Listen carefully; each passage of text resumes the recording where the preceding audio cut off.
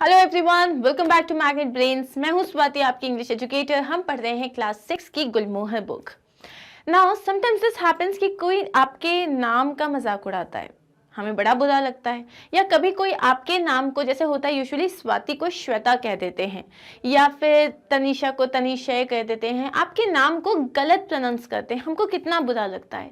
ऐसे में अचानक से किसी दिन आपसे कहा जाए कि आपका जो नाम है आज से ये नहीं होगा, आज से ये होगा, मतलब आपका नाम ही चेंज कर दिया जाए for no reason where you are not wrong, आपने कुछ किया नहीं है। अब होता है ऐसा कहीं कहीं किसी किसी रिलीजन में, मतलब किसी किसी कुछ रिचुअल्स होते हैं जहाँ पे शादी के बाद लड़कियों का नाम बदला जाता है। वैसे आजकल इतना नहीं होता, बट देयर आर टाइम्स जहाँ लोग ये करते हैं, बट वो लोग खुशी से करते हैं।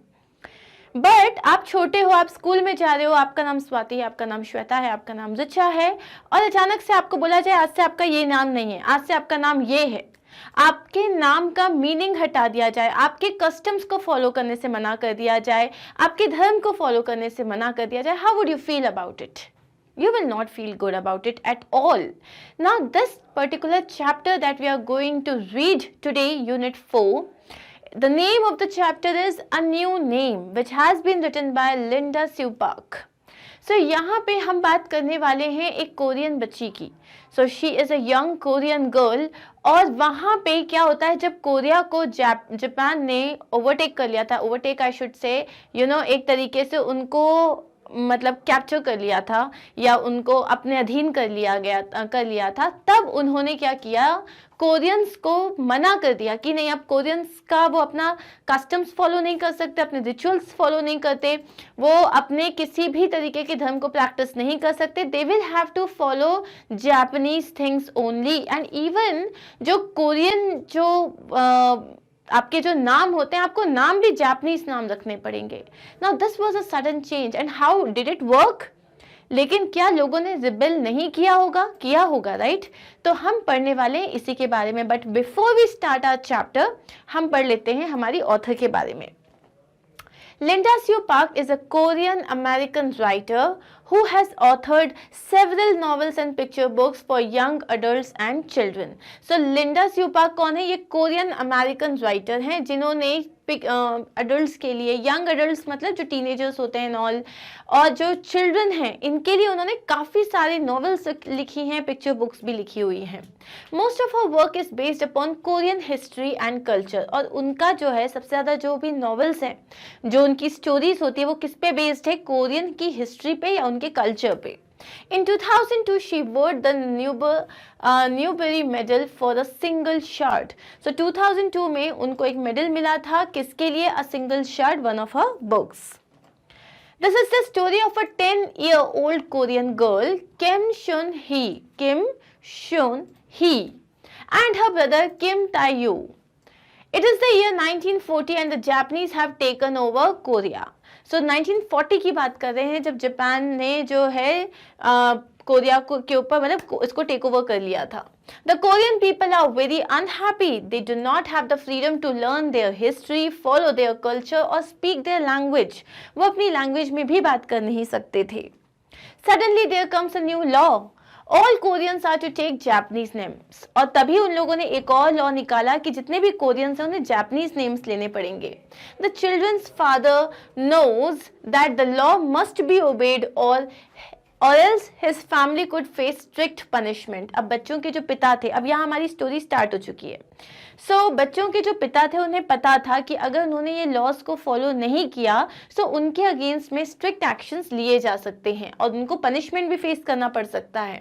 सो he helps them choose Japanese names that reflect their Korean roots. तो क्या होता है, हर किसी के नाम का एक मतलब होता है। लाइक स्वाति के नाम का मतलब होता है it's the name of a particular star, नक्षत्र। सिर्फ उसी नक्षत्र में मोती बनता है। उस नक्षत्र में जब बारिश होती है तो जो एक शेल होता है, सीप होता है, उसमें वो पानी की बूंद जाती है और वो बंद हो जाती है, उसके बाद वो मोती बन जाता है ना। दिस इज हाउ दे से इट। सिमिलरली इन्होंने क्या किया, जब इन्हें बोला नाम चेंज करना है, हर नाम का एक मतलब होता है, लेकिन वही मतलब आप किसी दूसरी लैंग्वेज में भी ले सकते हो। तो उन्होंने क्या किया, जो इनकी कोरियन रूट्स को लेके चलते हुए उन्होंने जापानीज नाम दिया इनको। नाउ ही, इसका प्रोनाउंसिएशन क्या होगा? सुनही, सुनहनी, ठीक है। So he must learn to accept her new name. How does she feel? अब जो है उसको अपना नया नाम एक्सेप्ट करना पड़ेगा, वो कैसा फील कर रही है। अब आते हैं हम फाइनली जहां पे ये पूरा जो चैप्टर है ये नरेट हुआ है from the point of view of that young girl. I liked how Abuji had hidden our real last name in the new one he had chosen for us. So, Abuji is their father. तो अब वो क्या कह रही है कि मुझे बहुत अच्छा लगा ये देख के कि किस तरीके से अबूजी ने हमारे जो रियल लास्ट नेम है उनको हमारे जो नए नाम है उसमें छुपा के रख दिया है। And he had done the same for my first name as well. और उन्होंने हमारे फर्स्ट नेम के साथ भी यही कहा है। Girls names often ended in ko, which means girls in Japanese. So Japanese में जो लड़कियों के नाम होते हैं वो लास्ट में यूजुअली किससे एंड होते हैं? को से, क्योंकि को का मतलब होता है गर्ल।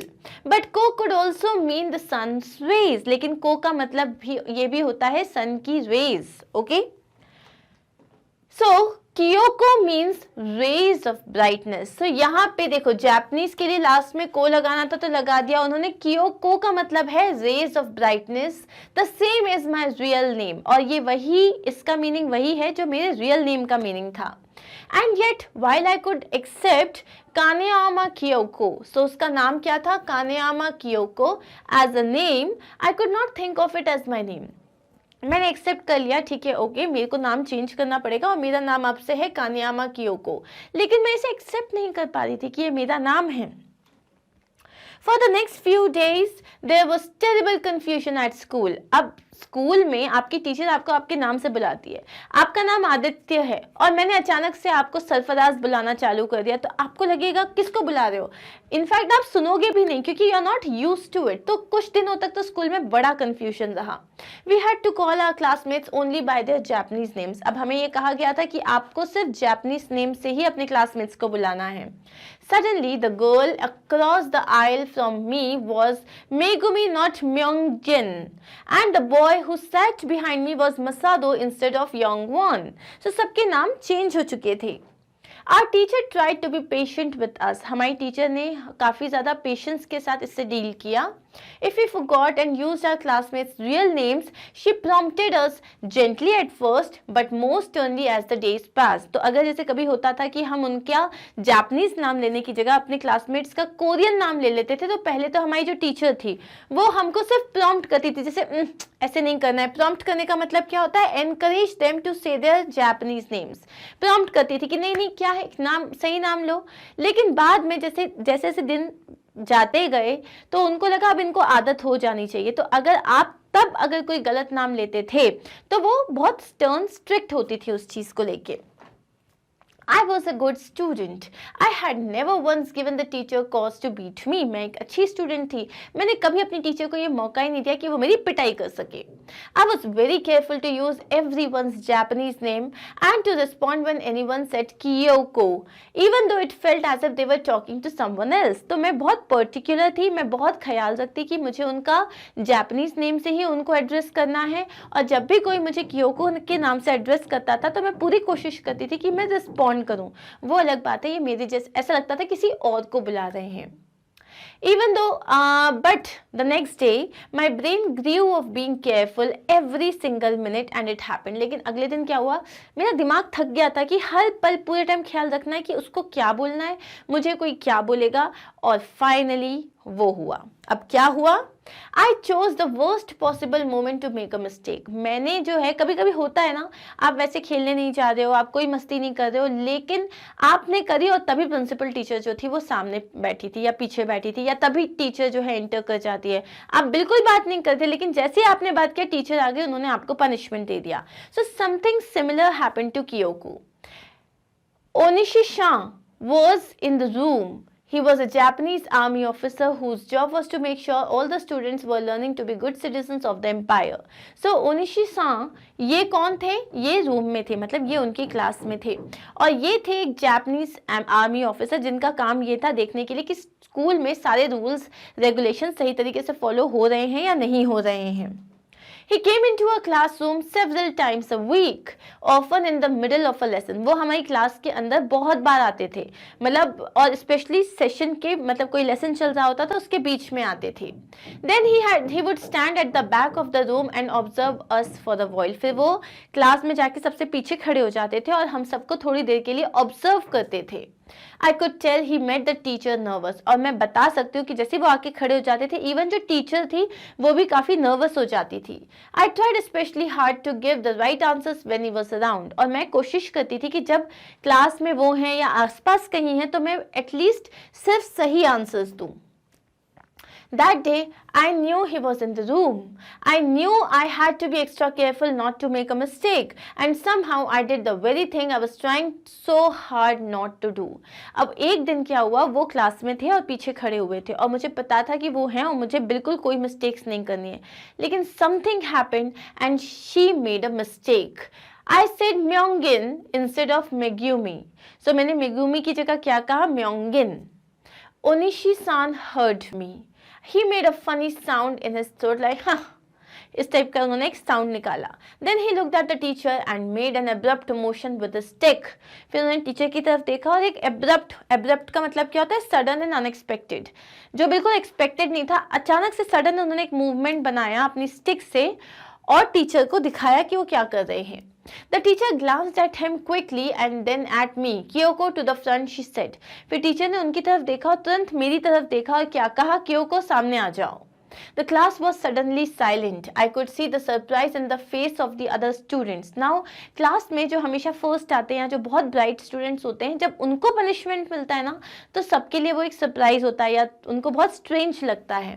So class जो है suddenly एकदम silent हो गई थी और वो बहुत ज़्यादा surprise से सब कुछ देख रहे थे. After all, I was the daughter of the vice principal and I had never been beaten before.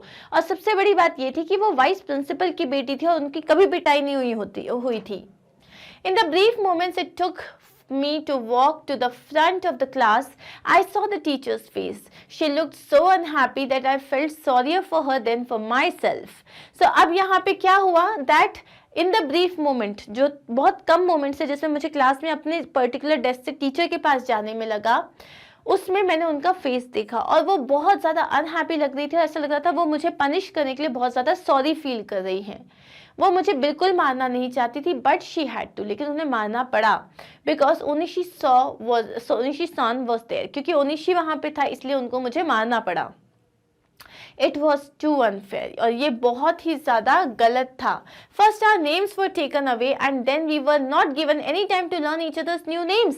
पहले हमसे हमारे नाम छीन लिए और फिर हमें आदत करने के लिए कुछ टाइम भी नहीं दिया, बस बोला अगले ही दिन से सही नाम लेना चालू कर दो. So when the bamboo cane swished through the air, I was angry, not frightened. तो उन्होंने एक बैम्बू की लकड़ी से उन्होंने मुझे बहुत मारा. कहाँ मारा? मेरे पैरों पे मारा. लेकिन मेरे अंदर बिल्कुल भी रोना नहीं आया, मुझे गुस्सा आ रहा था. With each stinging whack, the word rang in my mind. और जितनी बार वो मुझे मार रहे थे मेरे दिमाग में एक ही वर्ड था, unfair, unfair, unfair, unfair, unfair. Best of all, I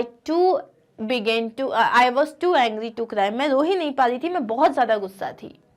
At home that night, Omoni pressed her lips together when she saw the fierce red welts on my legs. तो उस दिन जो है शायद उनकी सिस्टर होंगी, जो ओमोनी थी, उसने एकदम से अपने आप को देखा और करके प्रेस कर लिया अपने लिप्स, ये देख के कि बाप रे कितनी लगी है. As she saw the red welts on my legs. तो welts का मतलब क्या होता है, जैसे आपको कभी चोट आती है तो उसमें ना सूज जाता है, हल्का सा स्किन थोड़ी ऊपर आ जाती है, रेड कलर का हो जाता है, स्पेशली जब आपको कोई ने बहुत जोर से मारा हो तो ये इसको बोलते हैं welts. She soothed them with a paste made of herbs, but the mark stayed there for several days. उसने क्या किया, वो फटाक से एक पेस्ट बनाया, उसके ऊपर लगा दिया, जिससे उसमें कम जलन हो रही थी, कम तकलीफ हो रही थी, लेकिन उसके निशान काफी दिन तक नहीं गए. I was glad they did not fade right away. Seeing and feeling the sore redness of those welts always made me a little angry and over again. So thank God कि ये जो निशान मुझे मिले थे ना, ये बहुत जल्दी फेड नहीं हुए. क्यों? क्योंकि मैं उसको जितनी बार देखती हूँ उतनी बार मेरे अंदर उतना ही गुस्सा आता है. I wanted to stay angry about losing my name. अब मैं एंग्री ही रहना चाहती थी, मैं गुस्सा रहना चाहती थी क्योंकि लोगों ने मुझसे मेरा नाम छीन लिया। But I was not the only one, the changing of my name made even me being best friends cross. अब वो यहाँ even my best friends cross, तो यहाँ पे उसने क्या किया कि यहाँ पे उसको अपना अपने एंगर के बारे में पढ़ाई करनी थी, उसको ये लूज जो नाम करते हैं उसके बारे में पढ़ाई करनी थी। लेकिन I was not the only one, लेकिन सिर्फ मैं नहीं थी जिसको ये सब चेंज करना था। The changing of my name made even my best friend cross, तो जो मेरा नाम मैंने चेंज किया तो उसकी वजह से जो मेरा बेस्ट फ्रेंड था वो भी मुझसे नाराज हो गया। His name was Tomo and he was Japanese। वो टोमो था, उसका नाम था जापानीज, मतलब उसका जो क्या था उसका, जब हम बात करते उसका नाम टोमो था और उसकी लैंग्वेज थी China Japan Japanese. When we played together after school during those early hours of the name change, he had to check himself all the time। Sun he, I mean Kiko, he kept saying। तो क्या हुआ यहाँ पे, वो लोग अब साथ में खेला करते थे, जब भी आपकी जैसे जल्दी छुट्टी हो जाती थी या स्कूल स्टार्ट होने में टाइम होता था तो वो हमेशा चेक करता रहता था। तो उसने क्या चेक किया कि सुन ही, मतलब कियोको, सॉरी, क्या बताना चाहता था वो उसको। Once after correcting himself for what seemed like the 100th time, तो वो हमेशा उसको सुन ही कह देता था, फिर वो बोलता था सॉरी सॉरी कियोको। तो he stamped his foot in frustration, उनको बहुत फ्रस्ट्रेशन हुआ, उन्होंने जोर से अपना जो पैर था पटका। कियोको Kiyoko कियोको, he said as if trying to pound the name into his brain। अब वो गलत ही नाम ले रहे थे तो उन्होंने अपने आप को बताया इसका नाम कियोको है, ठीक है, Kiyoko Kiyoko Kiyoko Kikoko. He was getting his tongue all twisted, वो अपनी टंग को बिल्कुल ट्विस्ट कर रहे थे, मजे ले रहे थे इस चीज के। आई गिगल्ड की कोको, तो वो भी मस्ती करने लग गई, की याकू कोको का। Now we were both laughing. Tom was laughing at the silly sounds, Tom जो था वो भी हंस रहा था, मैं भी हंस रही थी, टॉम हंस रहा था इस सिली साउंड्स जो मैं बना रही थी उस पे। I was laughing for some other reason, for the same reason, और मैं भी इसी रीजन की वजह से हंस रही थी। But I was also secretly pleased to be treating my Japanese name with such disrespect। लेकिन मुझे दो खुशी थी, एक तो ये कि मैं जो है सीक्रेटली लाफ कर रही थी because of all the jokes, और दूसरी चीज मुझे ये जापानीज नेम का मजाक उड़ाने का मौका मिला था। When our laughter faded, जब हमारी शांत जो हंसी थी वो थोड़ी सी कम हो गई, Tomo glanced at me quickly and then looked away again। उसने तुरंत मेरी तरफ देखा, उसके दूसरी तरफ देख लिया। Maybe when it's the time or when it is just the two of us alone, I could still call you Sunli। तो उसने बोला maybe जब सिर्फ हम दोनों होंगे और हमारे आसपास कोई नहीं होगा तब मैं तुम्हें तुम्हारी रियल नेम से बुला सकता हूँ, which is Sunli। What do you think? कैसा लगता है तुम्हें ये idea? It wasn't often that Tomo asked for my opinion। ऐसा हमेशा नहीं होता था कि वो मेरे से मेरा सुझाव लेता था। I wanted to answer carefully, और मैं बहुत ज़्यादा केयरफुली आंसर करना चाहती थी। So I thought for a moment, तो मैंने एक मोमेंट के लिए सोचा। Wouldn't that just make it harder? उसने बोला कि तुम मुझे, जब हम अकेले रहेंगे, हम खेल रहे हैं, तब तुम मुझे सुनली बुलाओगे, बाकी टाइम मुझे कियोको बुलाओगे, तो तुम्हारे लिए मुश्किल नहीं हो जाएगा? Japanese name when we are with one another you might get confuse and forget. हो सकता है तुम कंफ्यूज हो जाओ, हो सकता है तुम्हें बोलने में प्रॉब्लम हो जाए, तो तुम ये काम मत करना। I didn't say all that। I was thinking that as a son of the principal, Tomo always had to set an example। अब उसने बोला, अब उसने ये सारी चीजें बोली नहीं, लेकिन उसने बोला क्योंकि तुम प्रिंसिपल के बेटे हो, तुमको अपने लिए एक एग्जाम्पल सेट करना चाहिए। A mistake from him would be worse than a mistake from other students। अगर उसने कोई गलती करी तो सब उसके पापा को पॉइंट आउट करेंगे, लेकिन कोई और गलती करेगा तो कोई किसी को पॉइंट आउट नहीं करेगा। He would lose face। I did not have to say it became, it was something that tomorrow lived with every day। अब यहाँ बोल रहा है वो कि I would lose face, मेरा जो चेहरा एकदम घुटने घुटने तक आ जाता अगर मुझे ये पता चलता that tomorrow that I don't have to say it in, it was something that Tomo lived with every day। मतलब मुझे बोलने की जरूरत नहीं, टोमो रोज यही काम करती थी, वो ऐसे ही जिया करती थी। You're right, he said। He flicked another glance at me। It's such a nuisance, isn't it?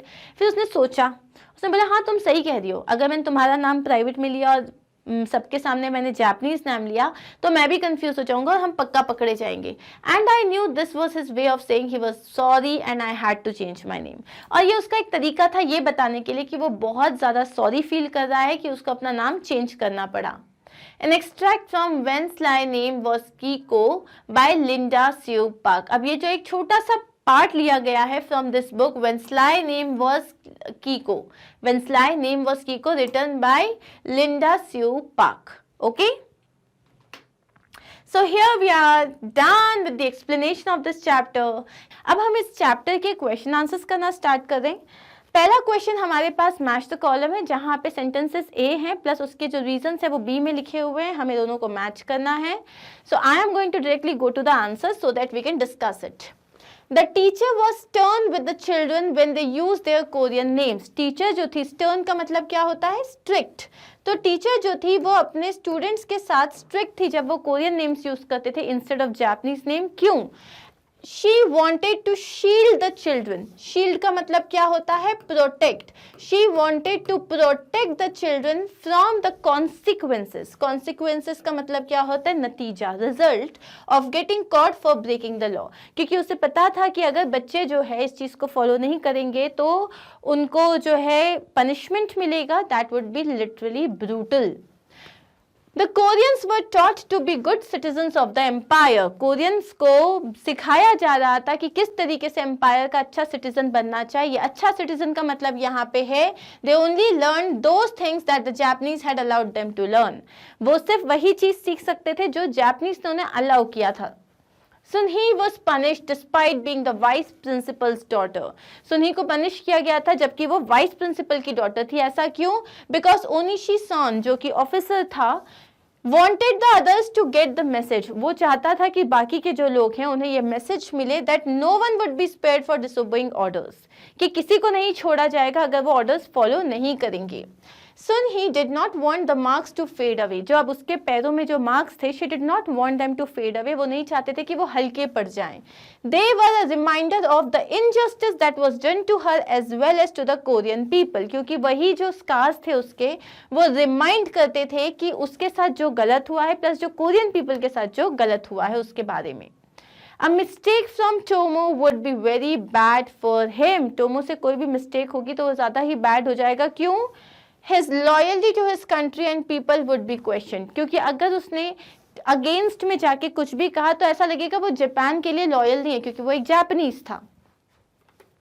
Next question आता है, I went around whispering over and over Kyoko, Kanyama Kyoko, Kyoko. Why did the speaker whisper the name repeatedly? What did she think of the new name? तो ये जो हमारी जो speaker है वो अपना नाम बार बार ले रही थी. ऐसा लग रहा था जैसे याद कर रही हूँ. वो क्यों अपना नाम बार बार ले रही थी और उसके उनको अपने नाम के बारे में क्या लगता था. The speaker was whispering the names repeatedly. वो जो स्पीकर थी वो अपने नाम बार बार ले रही थी because she was trying to get use to the name. क्योंकि वो कोशिश कर रही थी कि उनको उस नाम की आदत हो जाए. She was trying to get use to the name. She found it difficult to believe the name was hers and was trying to make herself accept it.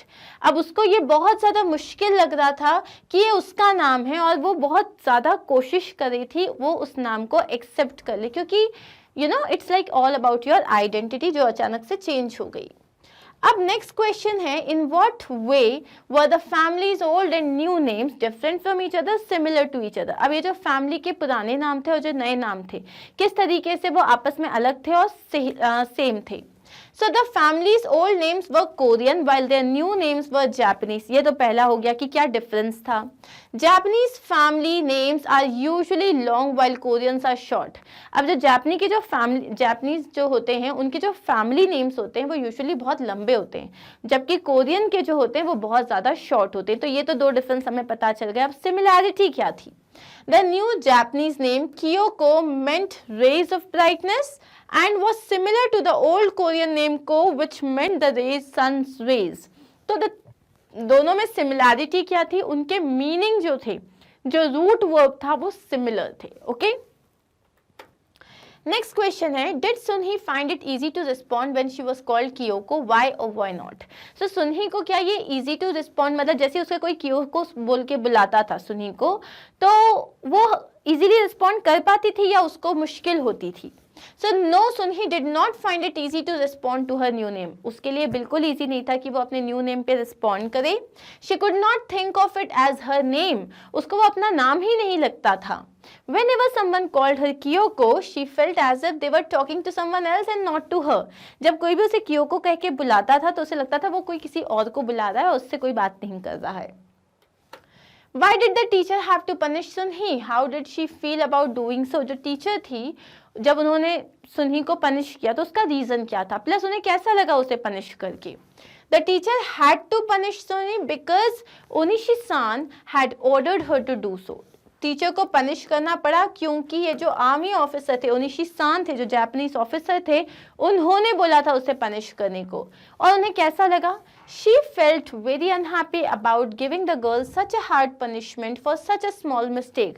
उन्हें बहुत बुरा लग रहा था एक छोटी सी बच्ची को जरा सी बात के लिए इतनी बड़ी सजा देने पर उन्हें काफी बुरा लग रहा था. Best of all, I was too angry to cry. Why was the speaker angry? What reason did she have to cry? Why did she appear to feel proud of not crying? अब यहाँ पे है उसने क्या कहा? Best of all, I was too angry to cry. तो speaker angry क्यों थी, प्लस वो क्यों रो रही थी, एंड ऐसा लग रहा था कि जब वो नहीं रो रही है तो उसको ज्यादा प्राउड हो रहा है अपने ऊपर, ऐसा क्यों? The speaker was angry because she felt it was unfair that the names of the Korean people were taken away. उसको बहुत ज़्यादा गुस्सा आ रहा था क्योंकि उसको ऐसा लगा कि कोरियन लोगों के नाम क्यों अलग कर दिए गए हैं. And they were not given any time to learn their new names. Plus उन्हें नए नाम याद करने का कोई टाइम भी नहीं मिला. She was given a painful punishment in front of the whole class and so had a reason to feel angry and ashamed and therefore she cried. अब उसको क्या हुआ? पूरी क्लास के सामने एक पेनफुल पनिशमेंट दिया गया था एंड इसीलिए वो बहुत ज़्यादा एंग्री फील कर रही थी, अशेम्ड फील कर रही थी क्योंकि सबके सामने उसकी बेइज्जती हो रही थी and therefore she cried a bit.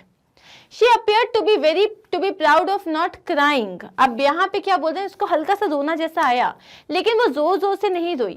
Because she refused to be defeated by the cruel actions of those who were trying to oppress her and did not want to seem weak in front of them. क्यों? अब वो रोई नहीं तो उसको उस पर बहुत ज़्यादा प्राउड फील हो रहा था. क्यों फील हो रहा था? क्योंकि वो ये मानने को तैयार नहीं थी दैट शी इज़ डिफीटेड, कि वो हार गई है by the cruel actions of those, उन लोगों के क्रूअल एक्शन से जो कि who were trying to oppress, जो उसको नीचा दिखाने की कोशिश कर रहे थे, दबाने की कोशिश कर रहे थे, और वो नहीं चाहती थी कि किसी भी जापानीज के सामने वो अपने आप को वीक दिखाए क्योंकि वो बहुत स्ट्रॉन्ग थी. Why do you think Sunhee did not want to forget the unfair manner in which she had been treated? अब यहाँ पे क्वेश्चन है कि सुनही जो है she did not want to forget the unfair manner in which she had been treated, मतलब वो भूलना ही नहीं चाहती थी. ऐसा क्यों? Sunhee did not want to forget the unfair manner in which she had been treated because forgetting would mean accepting the unjust way that she and her fellow citizens were being treated by the Japanese. अब यहाँ पे वो क्या बोल रहे हैं, सुनही जो है नहीं चाहती थी ये भूलना कि किस तरीके से अनफेयर तरीके से उनको ट्रीट किया गया, क्योंकि अगर वो भूल जाती इसका मतलब जो जापानीज जो गलत तरीका यूज कर रहे हैं, अनजस्ट वे यूज कर रहे हैं, उसको वो एक्सेप्ट कर रही है, right, and that she and her fellow citizens were being treated by the Japanese. तो जिस तरीके से उसे प्लस और बाकी जो कोरियंस हैं उनको जिस तरीके से जापानीज ट्रीट कर रहे थे, वो नहीं चाहती थी कि ऐसा फील हो कि वो इस चीज़ को, मतलब इस अनजस्ट बिहेवियर को एक्सेप्ट कर रही है. She did not want to accept this unfair treatment and thus chose not to forget. और वो इस चीज़ को भूलना नहीं चाहती थी कि उन लोगों के साथ गलत हो रहा है, इसीलिए वो नहीं चाहती थी कि उसका जो पेन है वो चला जाए या उसके जो निशान है वो फेड अवे हो जाए. Now we were both laughing. What caused the laughter? Were the people who were laughing doing so for the same reasons? Explain your answer. तो पहला क्वेश्चन है कि कौन कौन हंस रहा था और क्यों हंस रहा था. दूसरा क्वेश्चन है क्या दोनों एक ही रीजन के लिए हंस रहे थे, और अगर नहीं तो क्यों हंस रहे थे. The laughter was caused by Tomo forgetting, mispronouncing and then making fun of Sunhee's Japanese name. अब laughter start कैसे हुआ? जब टोमो जो था वो सुनही का जो कोरियन नेम था कियोको, उसको वो भूल गया, फिर उसने गलत बोला और उसके बाद वो सुनही का मजाक उड़ा रहा था. लेकिन यहाँ पे दोनों लोग जो हैं अलग अलग रीजंस के लिए हंस रहे हैं. No, the two were laughing for different reasons. क्या रीजंस हैं? Tomo was laughing at himself. Tomo गलत प्रोनाउंसिएशन कर रहा था इसलिए वो खुद पे हंस रहा था. So Tomo was laughing at himself and at how funny the name sounded when they were mispronounced. तो टोमो जो है, क्योंकि उसने गलत वर्ड बोला था तो वो खुद पे हंस रहा था, प्लस उसे ये चीज़ बहुत ज़्यादा हिलेरियस लग रही थी कि जब इन्हें मिस प्रोनाउंस करो तो कितने फनी साउंड कर रहे हैं। However Sunhee was laughing at the fact that she was making fun of a name that she dislike so much. Sunhee क्यों हंस रही थी? क्योंकि उसने एक ऐसे नाम का वो लोग मजाक उड़ा रहे थे जो उसे बिल्कुल पसंद नहीं है। She also enjoyed being able to do something to defy the Japanese authorities. Plus in a way भले जापानीज अथॉरिटीज उनके जो ऑफिसर्स हैं वो देख नहीं रहे, लेकिन इन अ वे वो जापानीज के रूल्स का मतलब मजाक तो उड़ा रही है, उनको तोड़ रही है, इसीलिए वो बहुत ज़्यादा खुश थी। Sunhee probably felt as if she was laughing not just at the time but at the law and at the Japanese themselves। तो सुनही को ऐसा लग रहा था कि वो सिर्फ और सिर्फ जो है अपने नाम पे नहीं हंस रही, पूरी जो गवर्नमेंट है, जापानीज गवर्नमेंट, उन पे हंस रही है और पूरे लॉ पे हंस रही है। Okay, Why did Sunhee convince Tomo to address her by her Japanese name even though she disliked it? Choose the correct answer. Why did Sunhee convince Tomo to address her by her Japanese name? So यहाँ पे क्या आ जाएगा? इसमें हमारे पास जो है सुनही, बेसिकली क्वेश्चन ये है कि सुनही ने टोमो को क्या बोला कि नहीं तुम मुझे मेरे कोरियन नेम से ही बुलाओ। उसका रीज़न क्या था कि अगर वो कोरियन नेम से नहीं बुलाता तो पहले तो कोई सुन लेता तो पनिशमेंट मिलता, दूसरी चीज़ उसको प्रैक्टिस ही नहीं होती, उसको सुन ही आ जाता तो किसी के सामने गलती कर सकता था। तो यहाँ पे हमारे पास 4 ऑप्शन है, हमें राइट ऑप्शन बताना है। If Tomo got confuse and called her by the wrong name then they both of them would get into trouble. पहला पॉइंट ये बोल रहा है कि अगर मान लो टोमो ने उसका गलत नाम ले लिया किसी के सामने तो दोनों फंस जाएंगे। ठीक है, दूसरा था क्या है, Tomo being the principal son could not be seen as someone who disobeyed Japanese laws. Plus Tomo जो था वो प्रिंसिपल का बेटा था, तो बीइंग द प्रिंसिपल सन ये तो नहीं हो सकता कि वो सारे जो रूल्स एंड रेगुलेशन से तोड़ देगा, तो उसको फॉलो भी करना जरूरी था। Sunhee's experience as Korean child and the punishment she received made her more aware of the dangers of being caught breaking the law। अब सुनही जो थी उसको ये भी पता था, क्योंकि वो एक बार तो कर चुकी थी, तो उसे पता था कि अगर ये पकड़े गए तो ये लोगों के ऊपर बहुत ज्यादा प्रॉब्लम आ जाएगी। सो इसका आंसर क्या होगा? इसका आंसर हो जाएगा ऑल ऑफ द अबव। ये सारे रीजंस जो हैं सही हैं। Tomo glanced at me quickly and then looked away again। Why did Tomo seem unable to look the speaker in the eye? What does this tell you about how he feels for the name change? अब क्या Tomo ने मुझे देखा, जैसे ही मैंने उसको देखा उसके पहले उसने अपनी नजरें हटा ली थी, तो ऐसा टोमो ने क्यों करा? वो क्यों उसकी आंखों में आंखें डाल के नहीं देख पा रहा था?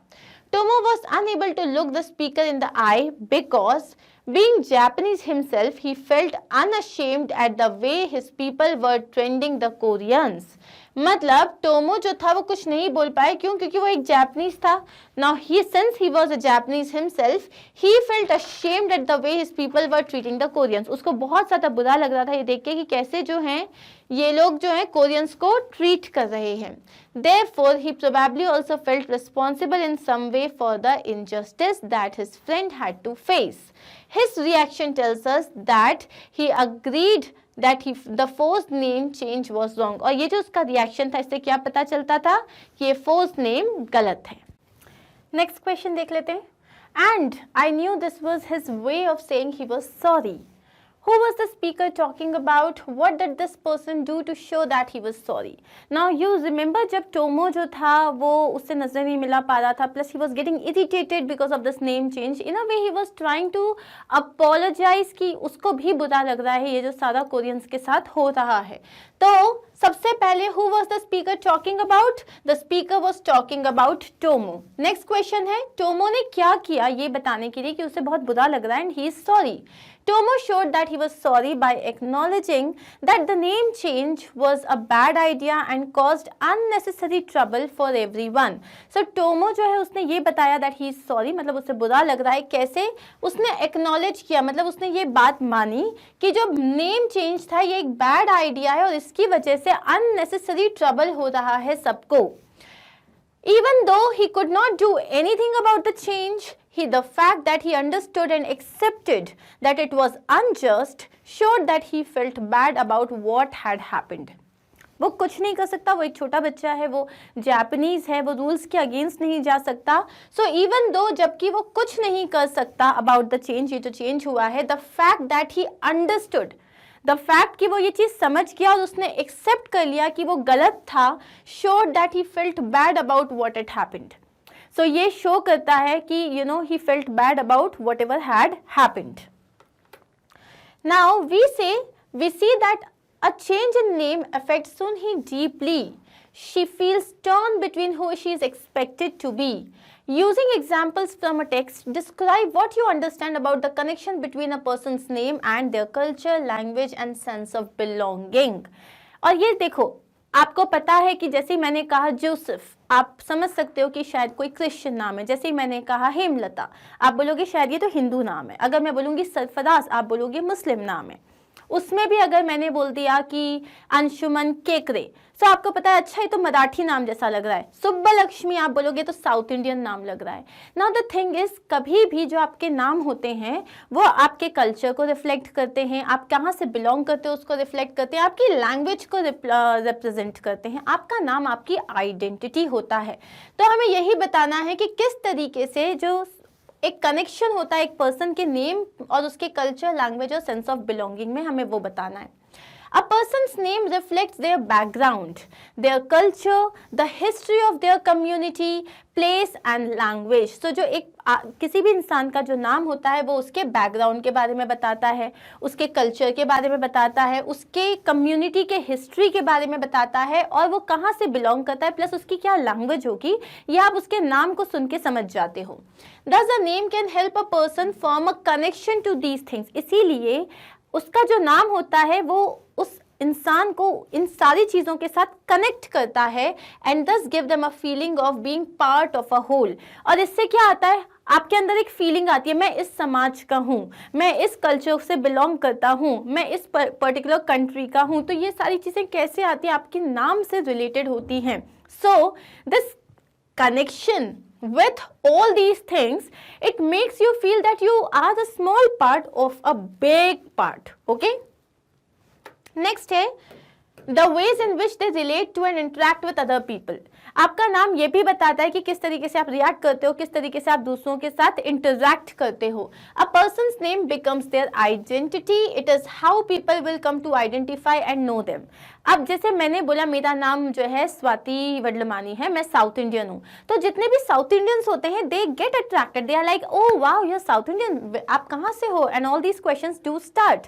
तो इससे क्या होता है, आप इंटरैक्ट करते हो लोगों से, उस तरीके से इंटरैक्ट करते हो. A name helps us differentiate between one person and another.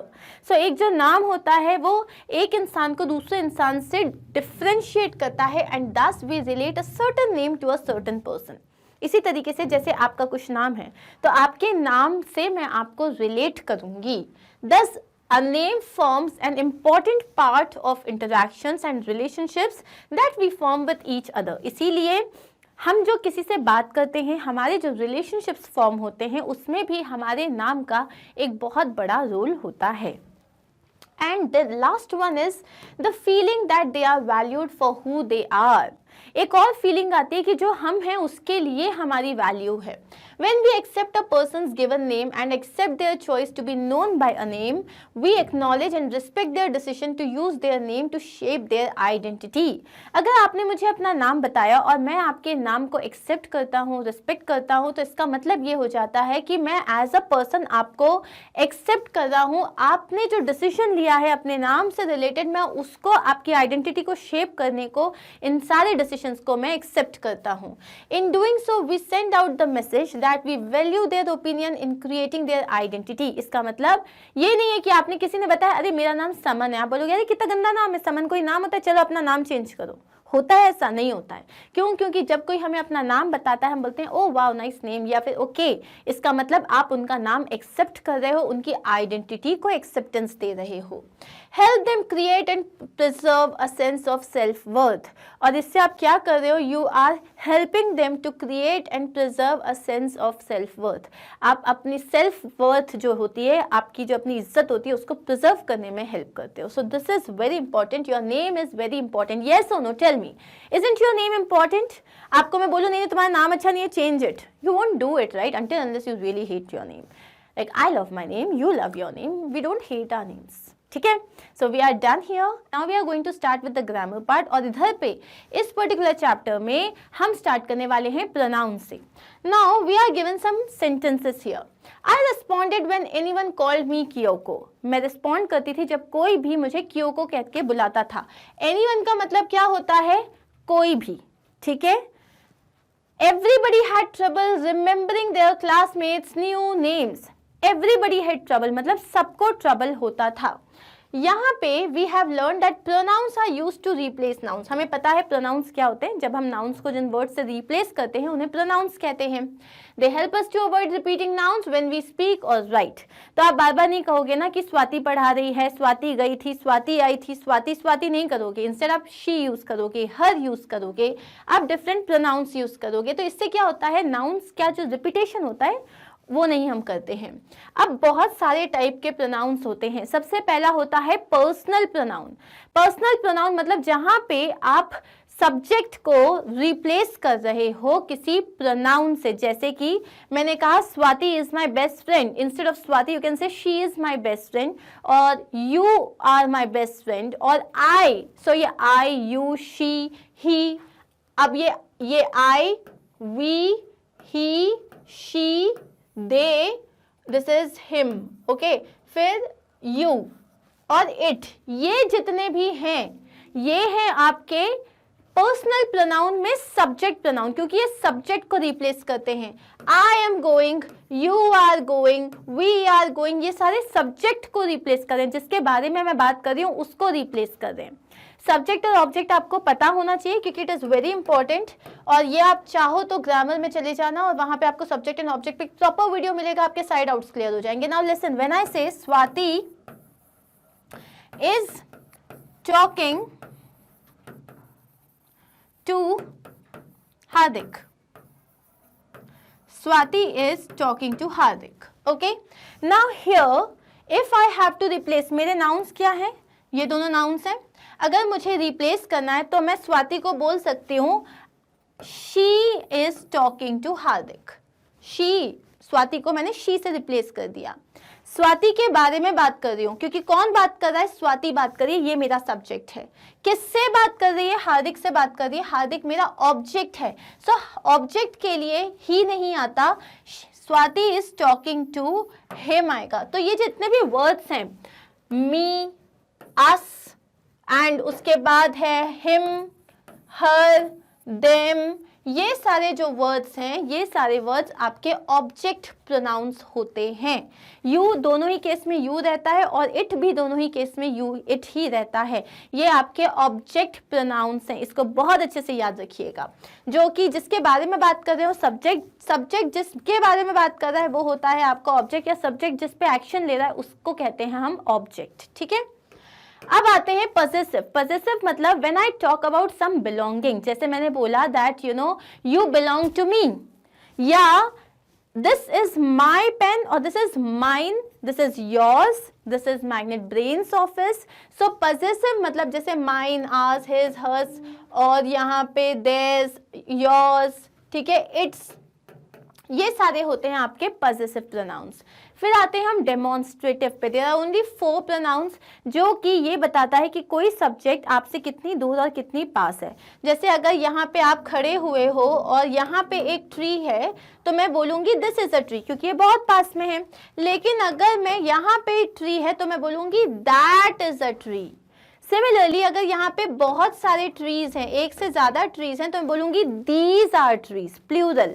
और सिमिलरली अगर दूर में बहुत सारे ट्रीज हैं तो मैं बोलूंगी दोज आर ट्रीज, ठीक है। Last is interrogative. इंटरोगेटिव मतलब जहां पे आप क्वेश्चन करते हो, व्हाट, व्हिच, हु, हुम, हुज, ये सब क्या हो गए? आपके इंटरोगेटिव प्रोनाउंस हो गए, ठीक है। The highlighted words in the sentences above do not refer to anything or anyone in particular. अब ये जो है ये जैसे प्रॉपर नाउन्स होते हैं ना, जो एक पर्टिकुलर चीज के बारे में बात करते हैं, ये किसी पर्टिकुलर के बारे में बात नहीं करते, ये कहीं पे भी लग सकते हैं depending on the noun. They are vague or general. In sentence 1, we are not told who called the speaker Kyoko. अब जैसे यहाँ पे जो फर्स्ट सेंटेंस है इसमें you know I responded when anyone called. अब ये जो वर्ड है anyone ये जनरल है, कोई भी हो सकता है, आई डोंट नो किसकी बात करें, ना किसी गर्ल की बात करें ना किसी बॉय की बात करें, इट कुड बी एनीवन। सो यहाँ वो बोल रहे हैं कि उसमें नहीं पता। सिमिलरली जो सेकंड सेंटेंस है उसमें भी हमें नहीं पता कितने लोग, एवरीबडी बोला था, एवरीबडी मतलब 2 पीपल 3 पीपल 4 पीपल, हमें नहीं पता कितने नंबर जो हैं वो लोगों को क्लासमेट्स के नाम याद रहते हैं या नहीं रहते हैं। इनको बोलते हैं indefinite pronouns, everybody, nobody, somebody, everyone, no one, someone, everything, nothing, something, ये सब होते हैं आपके इनडेफिनिट प्रोनाउंस। जैसे कि any, anybody, anyone, anything, each, everyone, everything, few, many, nobody, none, one, several, some, somebody and someone, ये सब होते हैं आपके indefinite pronouns। अब क्वेश्चन क्या है आपके पास? क्वेश्चन है, आपको ये बॉक्स में सारे प्रोनाउंस दिए हुए हैं प्लस कुछ सेंटेंसेस दिए हुए हैं। आपको ये देखना है कि जैसे यहाँ पे दिया हुआ है, these cakes are too creamy and sweet, let us buy another, another मतलब एक और ले लेते हैं।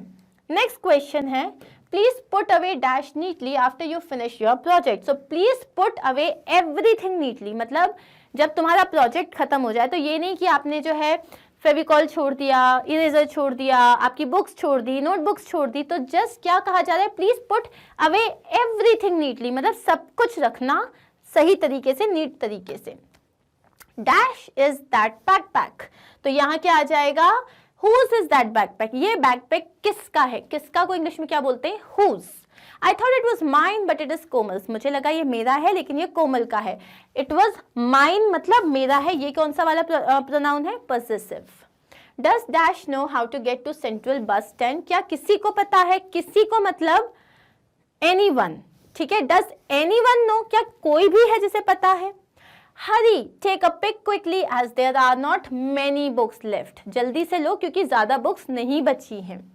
Dash is more important than being kind, तो यहाँ पे क्या हो जाएगा, nothing is more important than being kind, मतलब कुछ भी ज्यादा इंपॉर्टेंट नहीं है। Whose slippers are these, slippers है, प्लूरल है, तो हम क्या यूज करेंगे, किसकी स्लीपर्स हैं, they are outside the door, वो डोर के बाहर हैं। अब है, अबूजी told him that he must help his family find a suitable name. Sun Hee told her to be careful as only she sends presents. If Abuji was saying in his own mind, I must help my family find a suitable name, we would say, Abuji told himself that he must help his family find a suitable name. Basically हम बात कर रहे हैं reflexive pronouns की। reflexive pronoun मतलब जब subject और object एक ही होते हैं। अगर मैं इस रूम में हूं और मेरे पास एक ही मिरर है, उसमें मैं अगर सामने खड़ी हो जाऊं, किसको, कौन दिखेगा मुझे, मैं खुद। I will look at myself, तुम खड़े होगे तो you will look at yourself, they will look at themself, we will look at ourself, it will look at itself. तो ये जो वर्ड्स हैं ये reflexive pronoun होते हैं कि अबूजी ने खुद को बोला, Abuji told himself that he must help his family find a suitable name. So अब यहाँ पे करना क्या है आपको, सीधे हम यहाँ पे आते हैं। ये है सारे आपके रिफ्लेक्सिव प्रोनाउंस। हरसेल्फ, लाइक जैसे कि शी के साथ यूज होता है हरसेल्फ, उसने खुद ही केक काट दिया, she cut the cake herself. You hit yourself, they love, like we love ourselves, they love themselves, he loves himself and I love myself। तो यहाँ हमें क्या होगा, I blame, मैं खुद को ब्लेम कर रही हूँ, I blame myself for this mistake, forgive me। Okay, next is Sena bought 3 tickets for me, for her brother and for, उसने 3 टिकट्स ली, एक मेरे लिए, एक उसके भाई के लिए और एक खुद के लिए, and for herself। There were many mangoes in the tree. Anita and her brother helped dash to a bagful each. So बहुत सारे मैंगोज थे ट्री में, अनीता और उसके भाई ने दे हेल्प्ड themselves, दे के अनीता एंड हर ब्रदर, 2 लोग हैं, हम थर्ड पर्सन की बात कर रहे हैं, तो दे helped themselves, okay, they helped themselves to a bagful each। We both felt nervous before the interview but kept telling dash there was nothing to fear। हम दोनों जो थे इंटरव्यू के पहले बहुत ज्यादा नर्वस थे, लेकिन वी का क्या हो जाएगा, we kept telling ourselves, we का क्या हो जाता है, ourselves. Why don't you help dash to some juice, मतलब तुम अपने लिए कोई जूस क्यों नहीं लेते, Why don't you help yourself, you का क्या हो गया, yourself। Okay, next is now let us now look at another use of reflexive pronoun।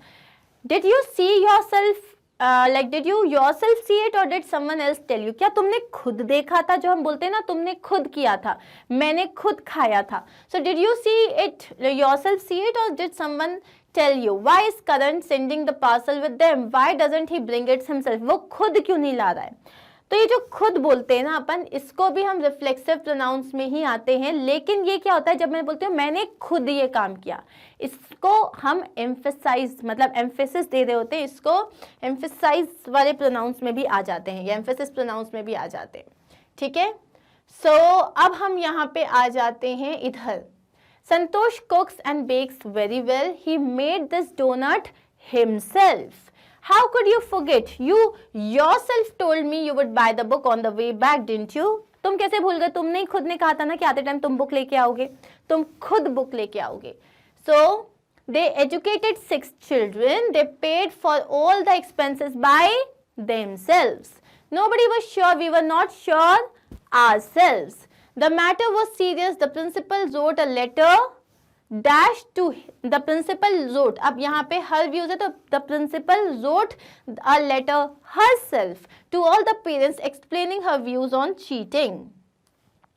ठीक है, हो गए आंसर्स. अब नेक्स्ट क्या है, I was glad that the scars didn't fade right away. अब ये जो right away है ये क्या है, ये कोलोकेशन है. कुछ ऐसे वर्ड्स होते हैं जो हमेशा एक साथ साउंड सही करते हैं, जैसे right away हो गया, ओके, या फिर बोलो sun dried हो गया. तो ये सारे ऐसे वर्ड्स हैं जो हमेशा एक साथ सही साउंड करते हैं, जैसे है look away, get away, do away, keep away, back away. ये सारे क्या है, कोलोकेशंस होते हैं. अब तुम्हें करना क्या है, इन सब का मीनिंग समझना है. जैसे कि यहाँ पे जो कोलोकेशंस दिए हैं, We backed away slowly when we saw the snake in the garden. हम पीछे हट गए जैसे ही हमने देखा कि गार्डन में स्नेक है. So यहाँ backed away का मतलब क्या होता है, move backwards, away from something or someone, usually out of fear. We backed away मतलब usually जब डर के आप किसी चीज से पीछे हट जाते हैं उसे बोलते हैं backed away. Next है, I tried to spot the eagle in the sky but had to look away because the sun shone in my eye. But had to look away मतलब मैंने सोचा कि मैं स्काई में जो ईगल है उसे देखूंगा, लेकिन मुझे दूसरी तरफ देखना पड़ा क्योंकि सन बहुत जोर से मेरी आंखों में चमक रहा था. यहाँ पे लुक अवे का मतलब क्या होता है, यहाँ पे लुक अवे का मतलब होता है to turn away from something और समवन. टर्न मतलब अपना फेस साइड कर लेना, किसी दूसरी तरफ देखने लग जाना. The thief tried to get away with the loot, but the police arrived and arrested him. तो जो चोर था उसने पूरा लूट का जो सामान था उसको लेके वो बस भागने वाला था, लेकिन पुलिस आ गई और उन्होंने पकड़ लिया. Get away का मतलब होता है escape, भाग जाना. Next is keep away from the edge of the pool or else you may lose your footing and fall in. मतलब अब यहाँ क्या बोल रहे हैं कि जो पूल का जो एज है उससे अपना पैर दूर रखो वरना तुम फिसल जाओगे. मतलब ये जो बोला है ना, you may lose your footing. lose your footing का मतलब होता है तुम्हारे पैर लड़खड़ा जाएंगे और तुम गिर जाओगे. So यहाँ पे क्या है, to avoid something or someone. keep away मतलब जैसे keep away from bad people, मतलब उनसे दूर रहो, किसी भी चीज से दूर रहना. कीप समथिंग मतलब कीप अवे का मतलब क्या होता है, टू अवॉइड समवन और something. My mother did away with plastic boxes and replace them with steel and glass containers. So my mother did away मतलब उन्होंने सारे के सारे प्लास्टिक बॉक्सेस जो थे उन्हें फेंक दिए और उनकी जगह वो स्टील और ग्लास कंटेनर्स लेके आ गई. डिड अवे का मतलब होता है गॉट रिड ऑफ, मतलब छुटकारा पा लिया उन्होंने. Now here read these sentences और आपको जो सबसे सही कोलोकेशन लग रहा है उसको आपको अंडरलाइन करना है. जैसे पहले में दिया हुआ है we should be deeply concerned या स्ट्रांगली कंसर्न्ड. हम हमेशा सुनते हैं it is always deeply concerned about the state of environment. Concerned हमेशा डीपली कंसर्न्ड होता है, स्ट्रॉन्ग कंसर्न नहीं होता. I was pleasantly surprised और suitably surprised. क्या बोलते हैं हम बोलते हैं I was pleasantly surprised to see you at the concert. Next is we walked down a beautiful dash that led us to a meadow. We walked down a beautiful winding path. Winding मतलब क्या होता है, ऐसे घुमावदार जो path होता है ना, तो winding path बोलते हैं, curved path नहीं कहते. It took dash effort for the men to move the bed. तो लार्ज एफर्ट कभी नहीं होता, ग्रेट एफर्ट कहते हैं. बहुत ज्यादा एफर्ट जो लगता है, मेहनत लगता है, लार्ज एफर्ट नहीं कहते, ग्रेट एफर्ट कहते हैं. Next is hunting is dash prohibited here. Strictly बोलते हैं, स्ट्रिक्टली प्रोहिबिटेड या फर्मली प्रोहिबिटेड. हमेशा आता है स्ट्रिक्टली, फर्मली नहीं कहते. ठीक है. I really enjoy performing these exercises every day or doing these exercises every day. तो हम बोलते हैं doing these exercises. And the last one is switching to football from cricket was a large decision for me or a big decision for me. The answer is it was a big decision for me. Large decision नहीं बोलते हम. अब आते हैं हम last question पे.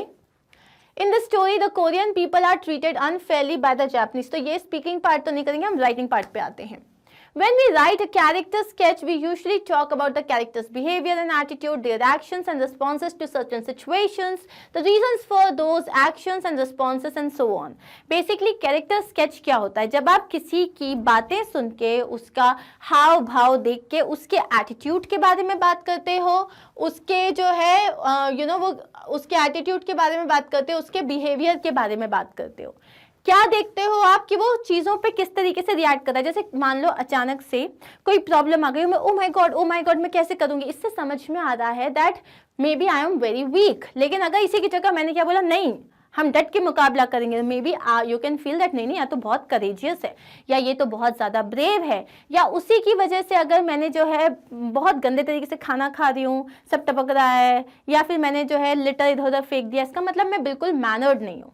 लेकिन अगर मैं बहुत पॉइज्ड होके खाना खा रही हूँ एकदम नाइफ एंड फोक से, और मैंने एकदम अपना सामान सब जगह सही रखा है, इसका मतलब मैं बहुत डिसिप्लिन्ड हूँ और मैं बहुत ज़्यादा मैनर्ड हूँ. तो मेरी हरकतें देख के आप ये बता सकते हो कि मेरा एटीट्यूड, मेरा बिहेवियर कैसा है, मेरा कैरेक्टर किस तरीके का है. तो यहाँ हमें करना क्या है, ये जो क्वेश्चन है इनको देखो. How is Sunfly introduce to us. Sun Li है, जो सुन ली को आपने कैसे इंट्रोड्यूस किया हुआ है, वो किस तरीके से जब उसका नाम चेंज होता है तो वो किस तरीके से रिएक्ट करती है, क्या वो एंग्री है, क्या वो अपसेट है, और क्या वो बहुत जल्दी अपने नाम को चेंज करने में बहुत ज़्यादा यूज्ड टू हो जाती है, क्या उसका बिहेवियर कैसा है क्लास में, क्या वो बहुत ज़्यादा ओबीडियंट है, क्या वो बहुत ज़्यादा ऑनेस्ट है, या वो बहुत ज़्यादा ट्रबल क्रिएट करती है फॉर द टीचर. वो जो है पनिशमेंट जब उसको मिलता है तो क्या वो अपसेट हो जाती है, या वो बहुत ज़्यादा रोती है, और वो क्यों अपसेट है, टीचर पे अपसेट है जिन्होंने मारा है, या ओएनएस सैन पे जो है बहुत ज़्यादा अपसेट है क्योंकि जिसकी वजह से मार पड़ी है. अब ये सारे क्वेश्चंस जो हैं, ये सारे क्वेश्चंस को देख के आपको उसके कैरेक्टर के बारे में क्या समझ में आता है, ये है हमारा answer. Sun Hee is in many ways the primary character, though she is not the only narrator. अब ये जो पूरा चैप्टर है इसमें she is not the only narrator, लेकिन वो यहाँ की प्राइमरी कैरेक्टर है. Her stories reveal the additional struggles of being under Japanese occupation as a young Korean girl. वो जो भी बता रही है वो क्या रिवील कर रहा है कि एक जापानीज कोरियन गर्ल को कितने ज़्यादा स्ट्रगल फेस करने पड़े थे. और ऑनसेट से मतलब ये जो आपका चैप्टर है इसमें देख के आपको क्या समझ में आ रहा है, it is clear that soon he is rebellious, कि नहीं वो बिना मतलब के अनजस्ट बिहेवियर नहीं सहन करेगी. तो इससे पता चल रहा है वो रिबेलियस है, वो अवेयर है, उसको समझ में आता है उसके साथ क्या हो रहा है, वो स्पिरिटेड है, मतलब वो बहुत ज़्यादा फोकस्ड है, उसके अंदर बहुत ज़्यादा जुनून है, एंड इंक्विजिटिव, और वो बहुत ज़्यादा क्यूरियस भी, उसको जानना है कि अगर कुछ हो रहा है तो क्यों हो रहा है. Defying her expected role as a quiet and subservient daughter. और ये जो है जैसे हमें एक्सपेक्टेड है कि वो बहुत शांत और बहुत ही बात मानने वाली बच्ची होगी, तो ये बिल्कुल उसको ऑपोजिट है. Her toughness and fearlessness are critical elements of the story. और स्टोरी में हमें एक चीज़ समझ में आती है कि वो बहुत टफ है और उसको बिल्कुल डर नहीं लगता, वो फियरलेसनेस है उसके अंदर बहुत ज़्यादा. ये we are done with the question answer. The name of the poem is travel. Travel मतलब घुमक्कड़ धर्म का पालन करना. बेसिकली ट्रैवल क्या होता है, ट्रैवल का मतलब व्हेन यू गो आउट, जहां आप यूजुअली रहते हो उससे अलग हटके, when you go out of your city, when you go out of your country, explore new places, meet new places, that is travel, right. So यहाँ पे जो हमारी पोएट है, she has a desire, she has a longing desire for travel. मतलब उनका बहुत ज़्यादा मन है ट्रैवल करने का, और ये जो ट्रैवल वो कर रही हैं, वो करना चाहती हैं, उसी पे बेस्ड उन्होंने अपनी पोम लिखी है जिसमें वो अपने डिज़ायर को बता रही है कि कितनी ज़्यादा उनकी डिज़ायर है कि ट्रेन है भी नहीं लेकिन उनको उसकी आवाज़ आ रही है, और प्लेटफॉर्म है लेकिन कभी वो गई नहीं है लेकिन वो जाना चाहती हैं. जो उनके पास है सब कुछ बहुत अच्छा है, पर उसके बाद भी वो नई चीज़ें एक्सप्लोर करना चाहती है, नए लोगों से मिलना चाहती है. और ये बहुत सारे लोगों की फीलिंग होती है. आपका भी मन करता होगा ट्रैवल करने का. I love to travel. So now here what we are going to do, first we will start with knowing our poet. The name of the poet is Edna Saint Vincent Millay. पहले हम इनके बारे में पढ़ेंगे and then we will start with our poem.